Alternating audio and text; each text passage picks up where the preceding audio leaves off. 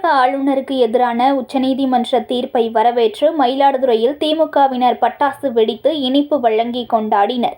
தமிழ்நாடு சட்டப்பேரவையில் நிறைவேற்றப்பட்ட 10 மசோதாக்களை ஆளுநர் நிறுத்தி வைத்தது சட்டவிரோதம் என்றும், ஆளுநர் தன்னிச்சையாக செயல்பட முடியாது, மாநில அரசின் ஆலோசனைப்படியே செயல்பட வேண்டும் என உச்சநீதிமன்றம் தீர்ப்பளித்தது. மசோதாக்கள் மாற்றப்பட்டு இருந்தால் மட்டுமே குடியரசுத் தலைவருக்கு அனுப்ப முடியும் என்றும், பேரவையில் மீண்டும் நிறைவேற்றப்பட்டு அனுப்பப்பட்ட மசோதாக்களுக்கு ஆளுநர் ஒப்புதல் அளித்திருக்க வேண்டும். மசோதாக்களை குடியரசுத் தலைவருக்கு அனுப்பியது சட்டவிரோதம் என தமிழக அரசு தொடர்ந்த வழக்கில் உச்சநீதிமன்றம் கருத்து தெரிவித்துள்ளது. உச்சநீதிமன்றத்தின் தீர்ப்பை வரவேற்று மயிலாடுதுறையில் திமுகவினர் உற்சாக கொண்டாட்டத்தில் ஈடுபட்டனர்.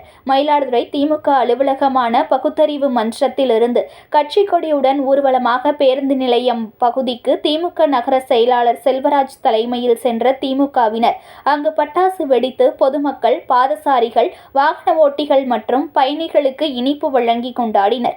மேலும் உச்சநீதிமன்றத்தின் தீர்ப்பை வரவேற்று முழக்கங்களை எழுப்பினர்.